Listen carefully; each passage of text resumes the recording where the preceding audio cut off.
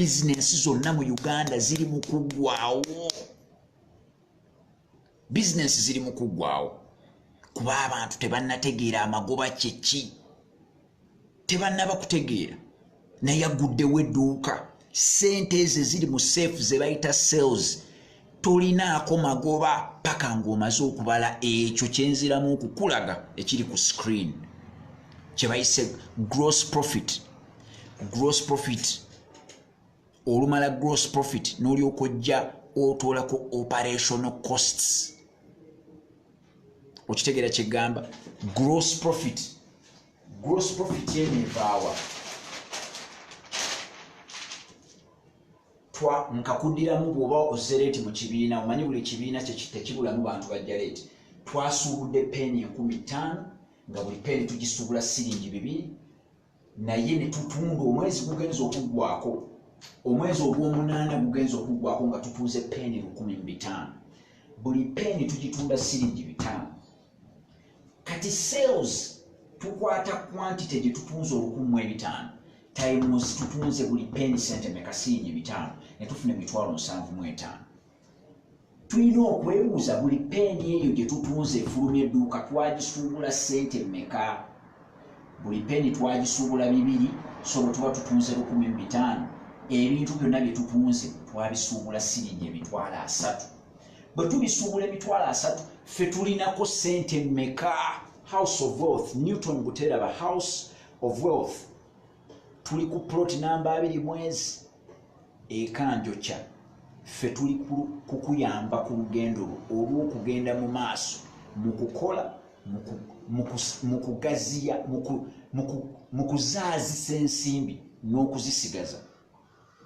Twegulidde erinnya mu kusomesa abantu ebintu ebibagasa mu business.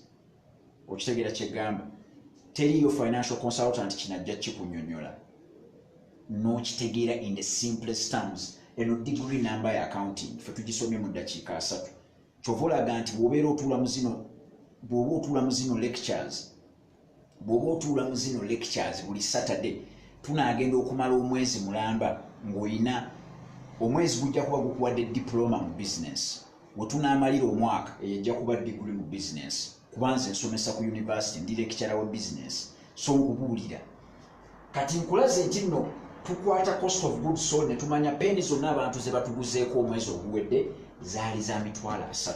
Ffe twazisuubula 3,000 ezo penny 15,000 tuzitunze 75,000. So tulina okutoolako sales zaffe zino ne cost of goods sold. Olaba bwe tuba tulina penny 15,000 nga twasuubula penny 15,000 mu store oba mu mabox tuba tukyasigazamu penny 30,000 naye tezitugasa paka nga tuzitunze. Teziyinza kutugasa era tezituwa na ssanyu. Tetuyinza na kulya bbanja paka nga tuzitunze. Amagoba gajja omaze okutunda. Eno ye okutunda we kutandikira. Amagoba we gatandikira ng'otunze. Ebintu bwe biba mu masa tuli mu business yakola magoba. Oli mu business yakulaba ku bintu by'omu masa. Njagala tutandika okukola business ng'ekintu ky'oleeta oba wakakipangulula mu box okiwanikayo nga bakuga ekyo sooka okimpe n'ekyo kimpe. Kyova olaba mbagamba mubeere n'amasanga makalu. Amasa galina okuba nga olussaamu ebintu nga babitwala olussa kasita bigeza ne birwamu n'obeera mu dduuka ekintu n'obeera nakyo emyezi 4 n'ojja ng'osasula rent n'osasula abakozi emyezi 4 nga gwe tokitunda kuba olaba rent ye landlord tayagala kumanya, omukozi ye tayagala kumanya, abaawumeme tebaagala kumanya. Zino sente oli mu kuziga babugabi buli mwezi gwe ebintu byombo biri masa biri mastowa myezi 4.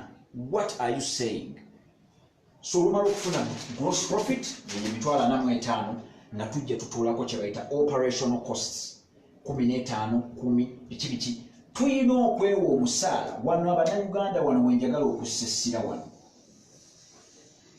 Buli lw'obeera ng'olina business I do not care oba otunda ngatto oba otunda kasooli oba otunda ntebe oba buli kyonna ky'oli mu kutunda ne bw'obeera consultant nga teweewa musaala eyo business ye jaggwa. kankomewo ku mpewo kasita obeera nga teweewa musaala gwe kimanye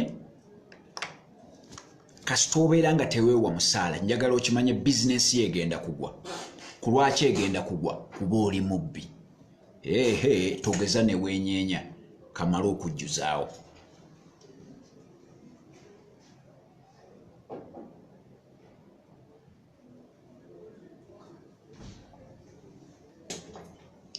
tukomyewo ku mpewo